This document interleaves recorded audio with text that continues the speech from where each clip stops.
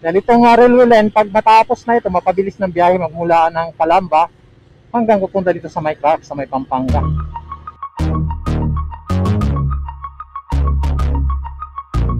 At nakita natin dyan sa harap, yun o, yung tindahan dyan nakasarado. Siguro parang kung i-straighten natin dyan. Alright, yun o, isang welcome everyone o.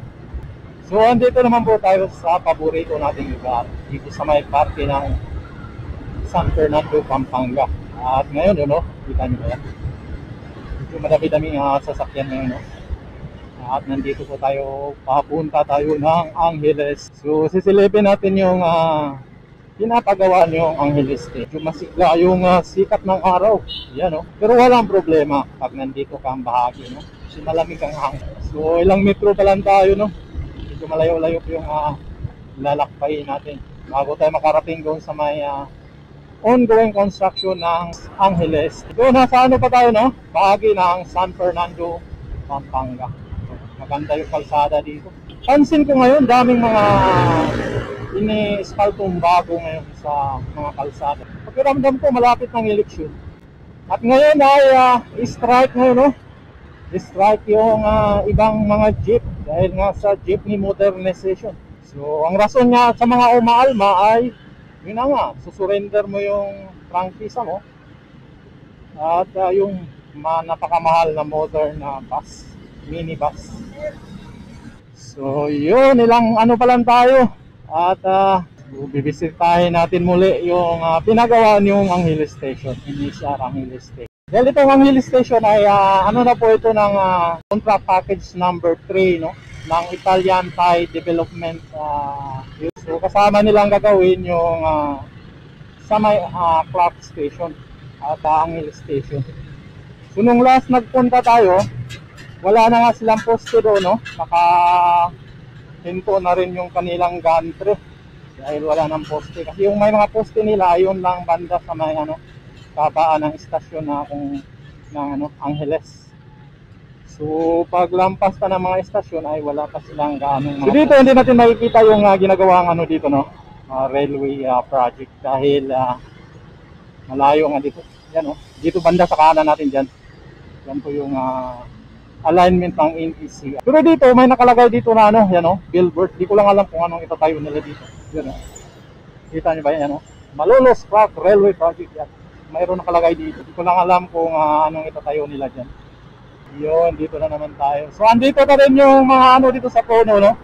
Yung mga binibitin nila na kulay-pula. Kita natin to noong February pa to. So ngayon nandito pa. Kaya namumula pa itong mga puno. Pero ganun pa rin, malamig dito sa ilalim kahit mainit yung Pero doon sa may Malolos Tutuban, halos nag-connected na yung mga bayadak doon at mayroon ng 3 estasyon na matatapos doon. So dito sa may phase 2 na Malolos Clark ay wala pang estasyon. Isa pa lang yung estasyon na napuporma, yung sa may Apalit. Ang completion rate. So nandito na tayo sa may SM! Anong SM ba ito? Yan o, SM na dyan. Yan o, yan SM na yan. SM Tilabastagan. Yun, dito na tayo sa SM Tilabastagan. Pambihirang buhay ko, nakalimutan. At dyan lang sa unahan, papasok na tayo ng Angeles. Ang metro na lang tayo, papasok na tayo doon sa arko ng Angeles, Pampanga. Yo! So, titignan natin yung pinagawa niyong NSCR, bagong NSCR Angeles Station. Dahil maganda itong project na itong railway line, no? Dito talaga yung pinakakailangan natin dito sa bansa natin. Dahil napakaliit ng mga kalsada natin, napakadaming sasakyan. Yun, yan o, kita na natin yung Angeles na arko. So, ilang metro na lang tayo at papasok na tayo sa may Angeles. So, na tayo sa may mainit na Angeles. Doon mga NSCR station ay doon banda pa yun, no? Na may kaliwa natin. Ilang pa lang dito? Kilometro yata ang distansya. So dito ngayon, yung bagong stasyon ngayon ng Angeles ay malapit na lang dito sa may MacArthur Highway. Makikita na natin yung gantry. So ito na yung ginagawang istasyon ng Angeles, yan, oh, nakabakod yan. Yan.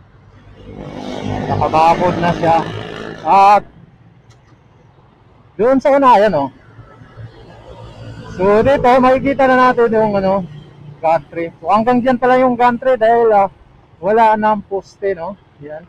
So ginagawa pa nila yung poste para mapatungan ng ano, gantry.